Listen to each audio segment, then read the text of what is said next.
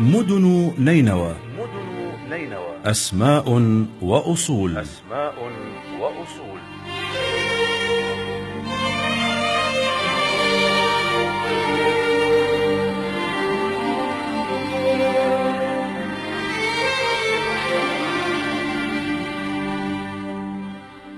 تل توبة أو تل التوبة أحد تلول مدينة نينوى، تقوم فوقه اليوم قرية نينوى المعروفة بقرية النبي يونس عليه السلام.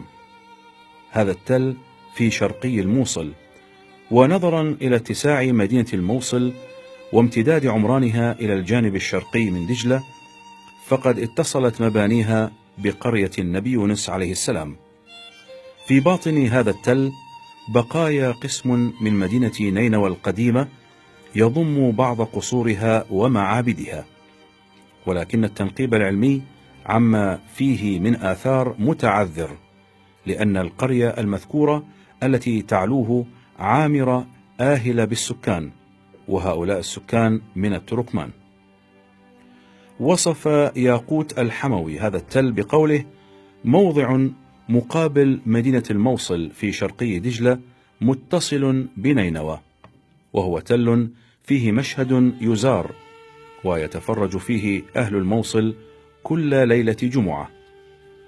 وهناك مشهد مبني محكم بناؤه، بناه أحد المماليك من سلاطين آل سلجوق، وكان من أمراء الموصل قبل البرسق، وتنذر له النذور الكثيرة.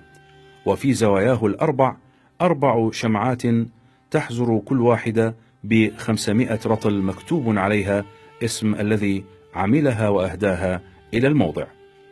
وفي بعض المراجع العربية الأخرى إشارات وتلميحات إلى تل توبة لا مجال لذكرها هاهنا.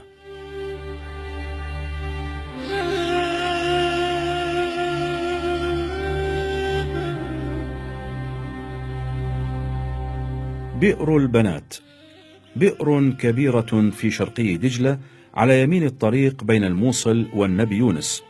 وفي أواسط القرن ال19 كان يدور بين بعض أهل الموصل أسطورة بأن هذه البئر تنتابها إناث الجن ليلا، ومن هنا جاءت تسميتها ببئر البنات.